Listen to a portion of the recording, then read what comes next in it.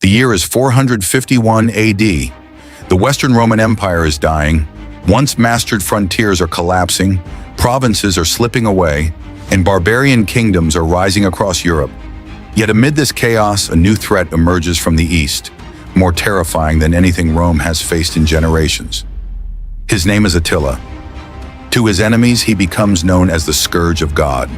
Attila rules the Huns, a confederation of fierce nomadic warriors from the Eurasian steppe. Their armies move with terrifying speed, living on horseback and striking without warning. Cities that resist are burned, entire populations vanish. The Eastern Roman Empire has already paid enormous tribute to keep Attila away. But tribute is no longer enough. Now Attila turns his attention westward. In 451 AD, he invades Gaul with a massive coalition army. Alongside the Huns march Ostrogoths, Gepids, and other allied tribes. Town after town falls before them. Cities are looted, villages destroyed, and refugees flood the roads ahead of the invasion. The fear surrounding Attila is so immense that many believe the end of the Roman world has arrived. But one man refuses to surrender. His name is Flavius Aetius, the last great general of the Western Roman Empire. Aetius understands something that many Romans do not.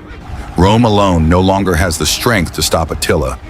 If the West is to survive, old enemies must unite. Aetius begins assembling a desperate coalition. Romans join forces with Visigoths, Franks, Burgundians, and other Germanic tribes that once fought against the empire. It is an uneasy alliance built not on trust, but on necessity. They all know that if Attila wins, none of them may survive. The two armies finally meet on the Catalaunian Plains in northeastern Gaul, near the city of Chalon. The battlefield is wide and open, ideal terrain for cavalry maneuvers and massive engagements. Both sides race to secure a strategic hill overlooking the plain. Control of the high ground could decide the battle. After fierce fighting, the Roman coalition captures it first, forcing Attila's forces into a disadvantageous position. Then the full battle erupts. The clash is enormous, one of the largest battles of late antiquity. Ancient sources describe chaos spreading across the plains as infantry and cavalry collide in brutal close combat. Dust clouds fill the air. War cries echo across the field. The fighting is so intense that later chroniclers claim streams ran red with blood.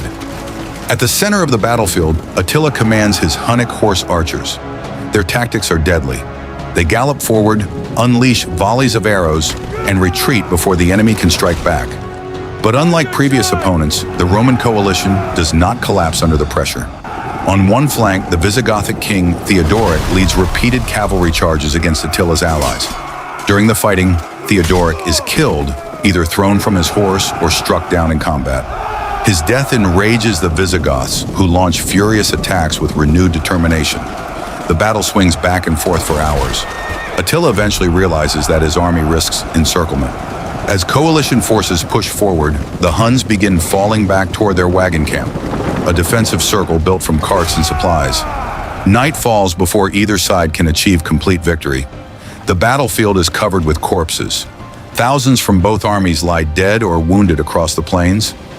Inside his camp, Attila prepares for the worst. According to some accounts, he orders a funeral pyre constructed from saddles and wooden equipment, intending to throw himself into the flames rather than be captured alive. But the final assault never comes. Aetius hesitates.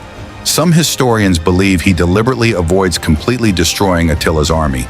A total Visigothic victory might create a new power strong enough to threaten Rome itself. Others believe exhaustion and uncertainty prevent further attacks. By the next morning, Attila begins withdrawing eastward. The invasion of Gaul is over.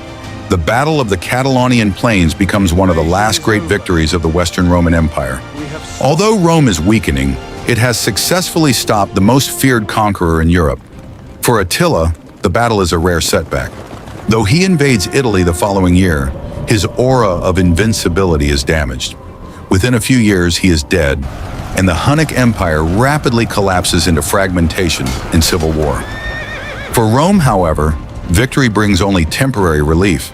The Western Empire continues declining and falls entirely less than 25 years later in 476 AD. The battle is remembered not simply because Attila was stopped, but because it represented one final moment when the fractured powers of the West united against a common threat. Romans and barbarians fought side by side on the same battlefield to prevent the destruction of their world. The Catalaunian Plains remind history of something rare. Sometimes civilizations survive not through strength alone, but through cooperation between former enemies when the alternative is annihilation. On those blood-soaked fields in Gaul, the fate of Europe hung in the balance for a single day, and for one brief moment, the advance of the Huns was halted.